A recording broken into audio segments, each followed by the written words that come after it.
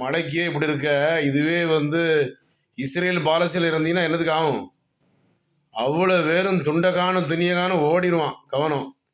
சாதாரண மழை ஐயோயோயோன்னு ஒரே அலறல். ஆனா அதிக மழை. அது பக்கம் தண்ணி வேற திறந்து வந்துச்சு வெளிய செம்பரம்பாக்கத்துலேருந்து. பள்ளமான, தாழ்வான பகுதியில வந்தவங்களுக்கு தான் நெறைய பாதிப்பு. அது மட்டும் இல்லாம, ஏரிகள்ல வீடு கட்டின எல்லாருமே லாக் ஆயிட்டாப்ல.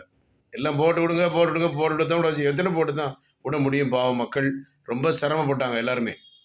அதனால குழந்தைகள் முதல் பெரியவர் வர எல்லாரும் கவனமா இருக்கணும்.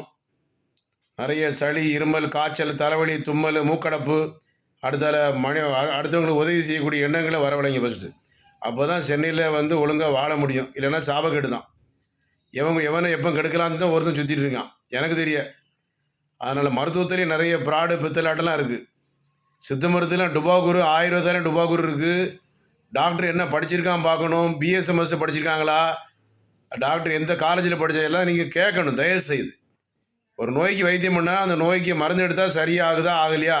சித்த மருந்து பொறுத்தவரை 45 நாளைக்கு பிறகு தான் மருந்து வேலை செய்யும். உடனே வேலை செய்யும். பின்விளைவு ஆயிட்டுன்னு சில பைத்தியங்களும் சொல்லிடுறான் சில நேரங்கள்ல. ஒரு தாய்ப்பால் குடிச்சிருந்தா பயம் கிடையாது. தாய்ப்பால் குடிக்காதவங்களுக்கு சித்த மருந்து ஒத்துக்கிறாது.